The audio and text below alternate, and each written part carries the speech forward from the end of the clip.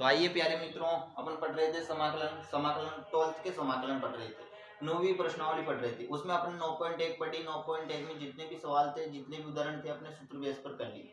9.2 पढ़ी। 9.2 भी अपने सूत्र बेस पर उन सवालों को कर लिया, उन उदाहरणों को कर लिया। उसके बाद अपन 9.3 पर आए तो त्रिकोणमितीय कुछ फलन थे, 6 फलन थे, साइन थीटा का, कोट थीटा का, सेक थीटा का, टेन थीटा का, कोसेक थीटा का। इनके त्रिकोणमितीय के फलन जो थे, इनका सत्यापन भी आपने पढ़ लिया, प्रूफ भी किया है। ठीक है। इसके अलावा अपन ने 4 सूत्र थे 9.3 से पहले, उन चारों सूत्रों को आपके लिए बताया, उनका सत्यापन भी बताया, क्योंकि बोर्ड एग्जाम का जो पेपर होता है, उस पेपर में कभी बार वो सत्यापन पूछ लेता है, इसलिए मैंने सत्यापन भी आपके लिए बता दिए। उसके बाद 9.4 पर आए तो 9.4 में अपन सवाल जो पढ़ रहे हैं, उनमें एक दो सूत्र है दोस्त, वो दोनों सूत्र मैंने आपके लिए बता भी दिए, उनका सत्यापन भी आपके लिए बता दिया।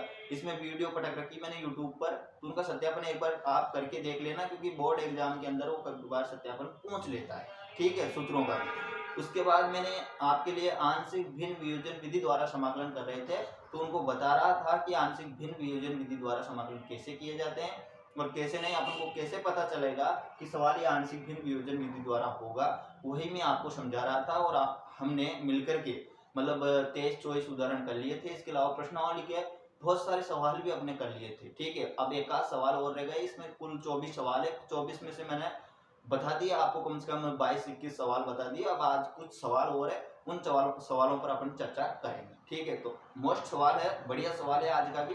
तो देखिए दोस्तों, आइए प्रश्न माला कौन सी पढ़ेंगे अपन? प्रश्न माला 9.4। ठीक है, अपने पास सवाल क्या है? तो सवाल है दोस्त अपने पास समाकलन, या आपकी बुक का ही सवाल है। मुझे सवाल नंबर तो पता नहीं कौन सा है कौन सा नहीं है, लेकिन आपकी बुक का ही सवाल है। शायद ये सवाल कटेगा 17वां। ठीक है, 17वां आप देख लेना, आपकी बुक में मिल जाएगा, 17वां कटेगा ये सवाल। तो ये सवाल है अपने पास 1 + e की पावर x और 1 - e की पावर -x, ये सवाल है अपने पास बुक में। ठीक है, तो इसका समाकलन कैसे करें? तो दोस्तों 9.4 के अंदर अपन पढ़ रहे थे, अपने अब तक जितने भी सवाल किए उसमें एक ही काम किया मेरे दोस्त। कुछ सवालों में तो दोनों सूत्रों से डायरेक्ट हो गए, कुछ सवाल ऐसे थे जिनमें आंशिक भिन्न वियोजन विधि द्वारा अपने किए थे। तो क्या करते थे अपन ये करते थे कि ऊपर कुछ न कुछ मान देता था वो द्विघात समीकरण के रूप में, और नीचे भी कुछ मान देता था। ठीक है, तो उस मान का क्या करते थे अपन, नीचे अगर कोष्टक में ऐसे दो संख्याएं देता था, दोनों को गुणा कर लिए करते थे, और ऊपर जो मान देता था उसमें कुछ जोड़ते थे कुछ घटाते थे, और कुछ जोड़कर कुछ घटाकर ही अपन इसका भाग देते थे। तो एक तरफ तो कट जाता था और एक तरफ कुछ बच जाता था, और आसान हो जाता था ताकि अपन समाकलन कर ले। उसके लिए वो बन जाता था सवाल, और अपन आसानी से आंशिक भिन्न वियोजन विधि द्वारा समाकलन उसका कर लिया करते थे। ठीक है, यही प्रोसेस करते थे। लेकिन यहाँ पर देखिए दोस्तों, अच्छा 9.4 के अंदर अपन को यही करना है मेरे मित्र। हमेशा अधिकतर सवालों में अपन ये करेंगे, 3 सवाल ही ऐसे हैं, एक तो ये, एक और है इसी का भाई, और एक मैंने कल बता दिया।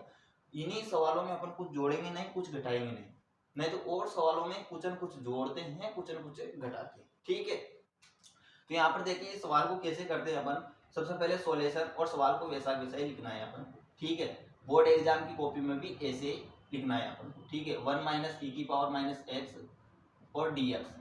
ठीक है, अब इसे हल करेंगे, तो इसको हल करने के लिए अपने पास ऊपर कुछ भी नहीं दिया, तो क्या जोड़े क्या घटाए, इसका तो कोई अनुमान नहीं। अच्छा, नीचे जरूर ये दे रखा है, तो अपन एक काम करते हैं दोस्त, सबसे पहले समाकलन 1 + e की पावर x। ठीक है, और यहाँ पर देखिए दोस्त -e की पावर x है, देखो -e की पावर x है, तो यदि मैं इसे अपोन में लिख दूं 1 e की पावर x, तो किसी को कोई दुविधा तो नहीं है दोस्त? क्यों होगी भैया? क्योंकि नेगेटिव थी तो नीचे लिख दी तो पॉजिटिव हो गई। यदि इसको ऊपर लिखते हैं नेगेटिव पॉजिटिव को, तो नेगेटिव हो जाएगी ऊपर जाने पर। ठीक है, तो ऐसा लिखा जा सकता है, e की पावर -x को 1/e की पावर x लिखा जा सकता है। ठीक है, तो मैं यहाँ पर ऐसा ही लिख रहा हूँ। ठीक है, 1/e की पावर -x और dx। यहाँ तक किसी को कोई दिक्कत नहीं है? ठीक है स्टूडेंट, यहाँ तक समझ में आ गया मेरे भाई? तो अपन देखिए e की पावर x हो गया, पॉजिटिव हो जाए, मैंने नेगेटिव ही लिख दिया। अच्छा, पॉजिटिव हो गया ये। ठीक है, अब क्या करते हैं, इसका लहसा लेते हैं, तो इसके बटे में भी एक लगा देते, इसका लहसा e की पावर x आ जाएगा। ठीक है, लहसा क्या आएगा, क्या इसकी पावर x और एक कोष्टक, ये लहसा आएगा। अब e की पावर x जो नीचे आएगा उसको ऊपर लिख लेंगे, तो देखो एक स्टेप और बढ़ा देंगे, कोई बात नहीं है, 1/e की पावर x। ठीक है, और यहाँ पर देखिए, यहाँ पर क्या हो जाएगा, e की पावर x, ये गुणा हो गया, ठीक है, -1 और अपॉन में e की पावर x और dx, ठीक है। अब क्या होगा दोस्त, e की पावर x, क्योंकि यहाँ पर तो प्लस का चिन्ह नहीं है ना, इसका प्लस नहीं लेंगे, तो e की पावर x जो नीचे है ये ऊपर चला जाएगा, ठीक है। तो ये ऊपर जाएगा तो अपने पास क्या हो जाएगा दोस्त, देखो समाकलन का चिन्ह, e की पावर x कहाँ गया, ऊपर, यहाँ पर क्या बचा, e की पावर x, और यहाँ पर क्या गया, e की पावर x -1 और dx। यहाँ तक समझ में आ गई, ठीक है। अब अपन क्या करते हैं, मान लेते हैं, तो माना e की पावर x बराबर क्या मान लें, t। अब यहाँ पर अवकलन करेंगे तो t का x के सापेक्ष अवकलन करने पर, ठीक है, अवकलन करने पर, तो अवकलन करेंगे तो अपने पास क्या होगा, e की पावर x का अवकलन क्या होता है, e की पावर x, और e की पावर x का समाकलन भी e की पावर x ही होता है, तो e की पावर x इसका अवकलन हो गया e की पावर x का, और dx किसके सापेक्ष कर रहे हैं, dx के साथ dt अपॉन dx, क्योंकि dx के सापेक्ष कर रहे हैं, ये वैल्यू आ गई। तो अपन क्या करते हैं, dx को इधर ले आते हैं, तो इधर देखो dx e की पावर x बराबर dt, ये आ गया अपने पास। अब देखो दोस्तों, dx अपने पास है, ऊपर ही है ना dx, इसको यहाँ ही लिख लो, ठीक है, ये dx, तो dx मिल गया, dx मिल गया, e की पावर x मिल गया। इन दोनों का मान किसके बराबर है अपने पास, t के बराबर है, dt के बराबर, तो इन दोनों की जगह पर अपन क्या रख देंगे, dt, और जहां पर e की पावर x आ रहा है, e की पावर x, यहाँ पर क्या लिखेंगे t, क्योंकि e की पावर x बराबर क्या है अपने पास t, तो वहां पर t रखेंगे। तो देखिए दोस्तों, अब आगे बढ़ाते हैं अपन सवाल को, तो इन दोनों के मान की जगह पर क्या रखेंगे, dt, ठीक है, और यहाँ पर 1 माइनस प्लस t लिखेंगे, ठीक है। t क्यों लिख रहे हैं, क्योंकि e की पावर x का बराबर t है, इसलिए t लिख रहे हैं, और यहाँ पर क्या आ जाएगा दोस्त, t -1, और यहाँ पर dt है सही, ठीक है। अब इसका समाकलन अपन आंशिक भिन्न विधि द्वारा आसानी से कर सकते हैं दोस्तों। मैंने आंशिक भिन्न वियोजन विधि की जो 5 समीकरण थी, वो 5 समीकरण आपके लिए बता रखी। यहाँ पर कौन सी समीकरण लगेगी, तो यहाँ पर फर्स्ट ही समीकरण लगेगी, ठीक है। तो फर्स्ट को अपन लगाएंगे, इसका स्क्रीनशॉट लीजिए, फिर आगे बढ़ते। तो आइए स्टूडेंटों, अपन सवाल को आगे बढ़ाते हैं इस जगह से, ठीक है। तो आसान है, सिंपल ही है, बस अपन को थोड़ी सी ट्रिक है और अपन को अभ्यास करना पड़ेगा। जितनी मैथ में प्रैक्टिस करोगे जितना ही अच्छा रहेगा दोस्तों, तभी अपन को सवाल आ पाएंगे, अपन खुद करेंगे तभी, ठीक है। तो अपन कहाँ तक आ गए थे मेरे मित्र, यहाँ पर dt था, 1 प्लस t था, और t -1 था, यहाँ तक अपन आ गए थे। अब आंशिक भिन्न वियोजन विधि लगाएंगे तो अपन क्या लिख लेंगे, dt, अच्छा dt नहीं लिखते शायद, शायद नहीं, कंफर्म शायद कह रहा हूँ, ठीक है, 1 प्लस dt और dt -1, ठीक है स्टूडेंट, यहाँ तक ऐसा लिख लेते हैं मेरे भाई अपन। अब आगे क्या करते हैं, तो आगे अपन इनको अलग अलग कर लेते हैं। तो यहाँ पर 1 प्लस t तो अलग आ जाता है दोस्त, और यहाँ पर b प्लस t -1 अलग आ जाता है, ठीक है। अब क्या करते हैं, अपन इनका लहसा लेते हैं, तो इसका लहसा लेते हैं, तो 1 प्लस t आ गया, t -1 आ गया, और यहाँ पर देखो, यहाँ पर लस क्या था, a t -1 आ गया, प्लस b 1 प्लस का t, और अपॉन में क्या आ जाएगा अपने पास, 1 प्लस का t और t -1, ठीक है। अब दोनों तरफ देखो सेम है ना, तो ये दोनों तो कट जाएंगे, तो क्या बचेगा अपने पास, 1 बराबर a t -1 plus b t +1, ये बचेगा दोस्त, ठीक है। अब अपन क्या करते हैं, मान रखते हैं इस समीकरण में, समीकरण नंबर 1 दे दो, तो समीकरण 1 में x बराबर है ना, अब मान रखते हैं, तो देखो x बराबर यदि अपन 0 रख t सॉरी यहाँ पर t है ना, t लिखो है ना, t बराबर क्या रखेंगे, यदि अपन 0 रखते हैं तो माइनस ये, यहाँ पर भी 0 रखते हैं तो b का और a का मान लाना है अपन को, तो b का और a का मान नहीं आएगा 0 रखने पर, ठीक है।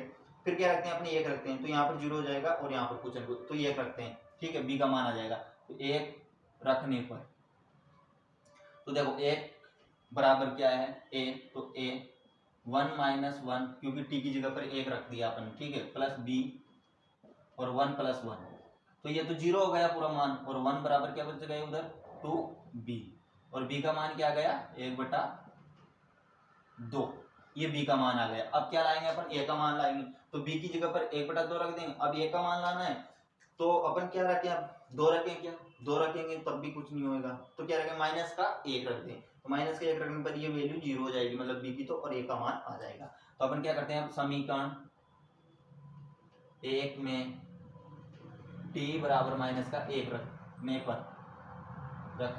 पर ठीक है, तो x बराबर 1 ये रखेंगे तो यहाँ पर क्या बच जाएगा 1 बराबर, यहाँ पर क्या है a t की जगह पर -1 प्लस b, और यहाँ पर क्या रखेंगे -1 प्लस का 1, यही आ रहा है ना दोस्त। देखो माइनस का 1 रखा मैंने टी की जगह पर, और वैसा वैसा। अच्छा बी की जगह पर भी अपने वैल्यू रख देते हैं 1/2, अपने पास 1/2 जो है। अब देखो माइनस का 1 और प्लस का 1, ये तो क्या हो कट जाएंगे, ठीक है, तो ये तो 0 हो गया वो तो मान। अब इधर बचा तो 1 बराबर इधर क्या बचा -2a, माइनस का 1 और माइनस का 1 -2a, ठीक है। अब यहाँ पर a का मान क्या आ गया अपने पास, माइनस का 1/2 बराबर a, ये अपने पास a का मान आ गया। a का मान क्या आया माइनस का 1/2 बराबर a, अब b का मान प्लस का 1/2 आ गया, ठीक है। अभी इन दोनों मानों को अपन यहाँ पर रखेंगे, तो इसका स्क्रीनशॉट लीजिए फिर मैं साफ करता हूँ, ठीक है। अब देखिए दोस्तों अपन कहाँ तक आ गए, यहाँ तक आ गए कि बराबर अपने पास क्या चल रहा था, अपने पास था x, अब इसका समाकलन करेंगे अपन, ठीक है। तो अपने पास इधर क्या था t प्लस का 1, वेरी गुड, इधर क्या था t माइनस का 1, और इसका क्या करना है अपन को dt के सापेक्ष समाकलन करना है, दोनों को अलग अलग कर लो। तो सबसे पहले अपन अलग अलग कर दें, तो एक t प्लस का 1, ठीक है, ये dt प्लस b समाकलन का चिन्ह t माइनस 1 और ये dt। अब अपन समाकलन जानते हैं दोस्त, ये समाकलन तो सभी जानते हैं ना, अपन में से कोई नहीं जानता क्या, 1/x dx का समाकलन क्या होता है log x बराबर प्लस c, यही होता है दोस्त इसका समाकलन। तो यहाँ पर देखो इसी सूत्र का उपयोग करेंगे अपन, तो यहाँ पर तो लिख देंगे log ये आएगा log t प्लस 1 आ गया, प्लस का b आएगा log t माइनस 1 आ गया, और प्लस का c, ठीक है। अब अपन क्या करते हैं b का मान रखते हैं, b का मान वहां से रखते हैं, b का और a का, तो a का मान तो क्या था माइनस का 1/2 log t प्लस 1 आ गया, ठीक है। मापांक लगाना दोस्त, क्योंकि log की संख्या हमेशा पॉजिटिव रहती है, इसलिए अपन मापांक लगा रहे हैं, और यहाँ पर b का मान रखेंगे तो क्या आ जाएगा 1/2 प्लस में था, और t माइनस का 1 मापांक प्लस c। अब क्या करते हैं t बराबर क्या माना था अपन ने ex, यही तो t बराबर माना था अपन ने, माना था ना, आपने स्क्रीनशॉट लिया होगा, देखो t बराबर e की पावर x माना था मैंने, है ना, और t की बराबर a की पावर x माना था, जहाँ भी t है वहां पर क्या करेंगे अपन e की पावर x रख देंगे। तो इधर देखो माइनस का 1/2 log e की पावर x प्लस का 1 प्लस 1/2 log e की पावर x माइनस का 1 प्लस का c, और ये आपका आंसर आ गया, ठीक है दोस्तों। तो अच्छा लगा वो वीडियो तो लाइक कीजिए, सब्सक्राइब कीजिए दोस्तों। अब अपना अगला सवाल अगले वीडियो में देखते हैं, ठीक है। मैं पूरे ही सवाल आपके लिए यहाँ पर बताऊंगा, और यहाँ पर 10 की मैथमेटिक्स पढ़ाता हूँ, बीएससी एमएससी की भी पढ़ाता हूँ दोस्तों मैं, तो इसलिए लाइक कीजिए, सब्सक्राइब कीजिए, अच्छा लगा हो तो। थैंक यू, जय हिंद, जय भारत दोस्तों।